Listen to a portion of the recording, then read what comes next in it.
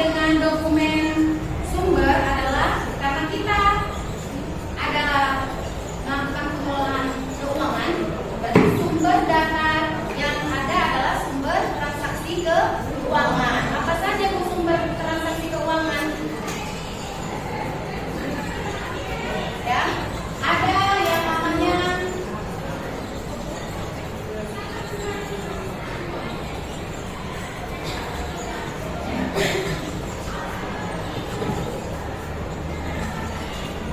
pertama ada namanya kwitansi,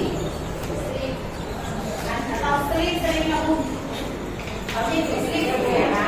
Kemudian ada faktur, ada nota, ada cek, ada biliet giro, kemudian ada lagi nota debit. Ini nota kontan, nota debit,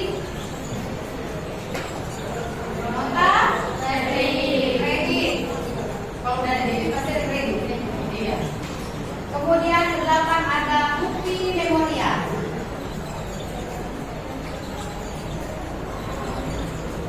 Nah, ini adalah dokumen sumber dan juga merupakan pendukung. Yang ini adalah dokumen pendukungnya, nota debit, nota kredit, dan bukti memorial. Ya, Bu? Oke.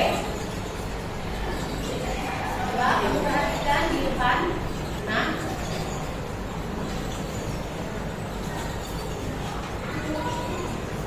ini judul pikiran kamu ini ya. Menurut Mulyani ditinjau dari pengelolaan data akuntansi, ada dokumen sumber dan dokumen pendukung. Oke. Selanjutnya, dokumen sumber adalah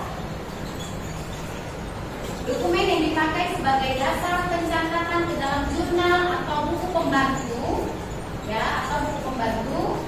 Tanda bukti tersebut dipakai sebagai sumber pencatatan yang merupakan sumber dalam proses siklus akuntansi. Jika digambarkan siklus akuntansi pada tahap pencatatan akuntansi perusahaan jasa sebagai berikut. Ada jurnal. Pertama adanya transaksi. Kemudian ada dokumen transaksi. Kemudian kita catat ke jurnal dan selanjutnya seterusnya. Nah, ada yang mau disampaikan, kalau kita dalam akuntansi itu harus ada buktinya. Bukti transaksi itu berdasarkan sumber. Sumbernya itu adalah dari transaksi. Kalau di hukum, kamu lihat di hukum, ya kan, kalau kita lihat apa yang menjadi dasar untuk pencatatan. Misalkan kasus nih, ada kasus pinang, ya kan? Nah, itu terjadi kasus itu karena adanya peristiwa, ya kan, kejadian. Kalau di akuntansi itu adalah transaksi jual dan beli atau transaksi pembelian jasa yang berhubungan dengan keuangan. Bukti transaksi itulah yang akan diolah menjadi laporan keuangan ke akuntansi. Ada yang mencatatnya sebagai akuntan, jadikan suatu laporan keuangan supaya untuk mengambil suatu keputusan bahwasanya perusahaan ini dalam kondisi laba atau rugi. Nah, tuh.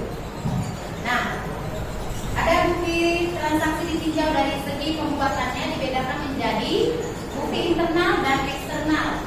Jadi Ibu jelaskan bukti internal eksternal.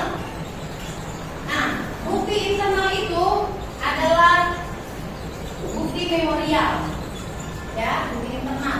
Kemudian bukti kas masuk, 10 bukti kas keluar. Ini adalah internal dan ini adalah bukti eksternal.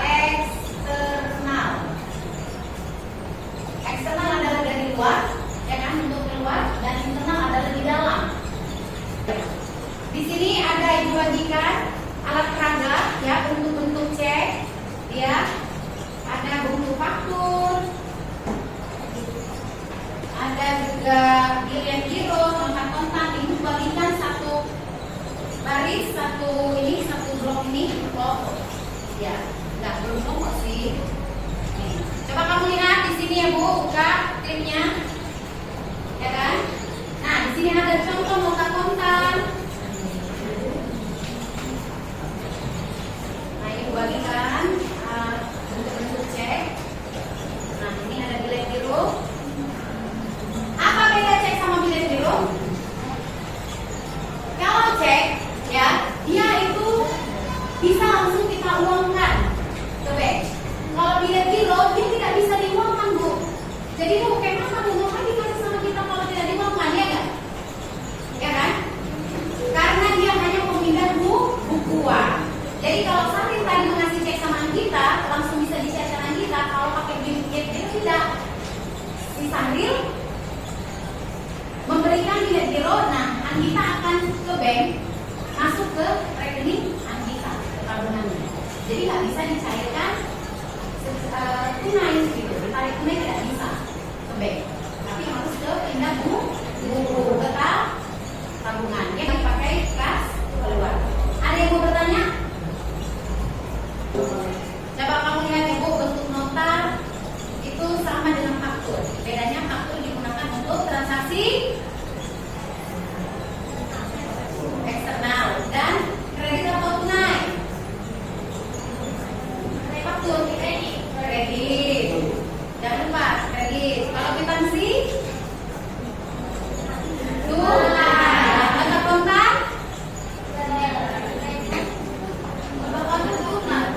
tunai.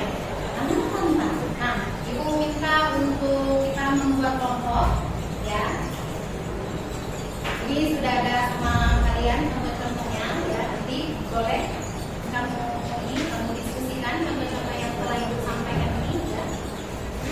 Nah, Ibu buat kelompok yang itu berdasarkan Anggita apa? Tasya, Nailu, berapa orang itu? Nah, ya satu kelompok. Silakan pergi ke kelompok ke sana, Anita. Nah, selanjutnya untuk silakan. Awal kita untuk nama banknya dan sebagainya.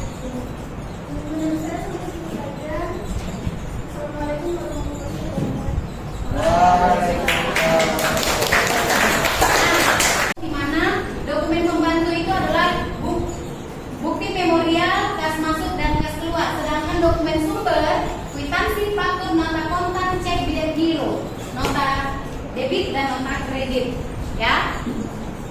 Nah, ini adalah dasar kita menyusun siklus akuntansi, yang mana dokumen transaksi ini di dalamnya ada alamat si pengeluar ini yang mengeluarkan dokumen transaksi, ya. Kemudian ada nominalnya, ada nama barangnya, ada siapa yang bertanda tangan, yang menerima uang ataupun yang berhutang, ada di dalam dokumen tersebut, ya Bu.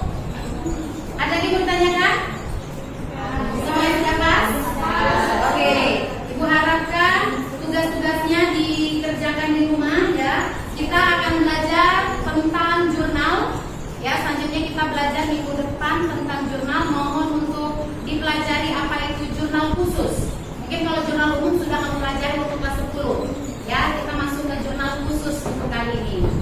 Oke, kalau tidak ada pertanyaan, Ibu mau kita juga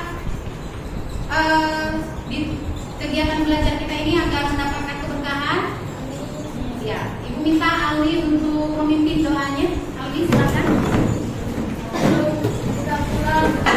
Oke, Ibu, ini kan lagi ya. Jadi sumber dokumen transaksi itu ada 10.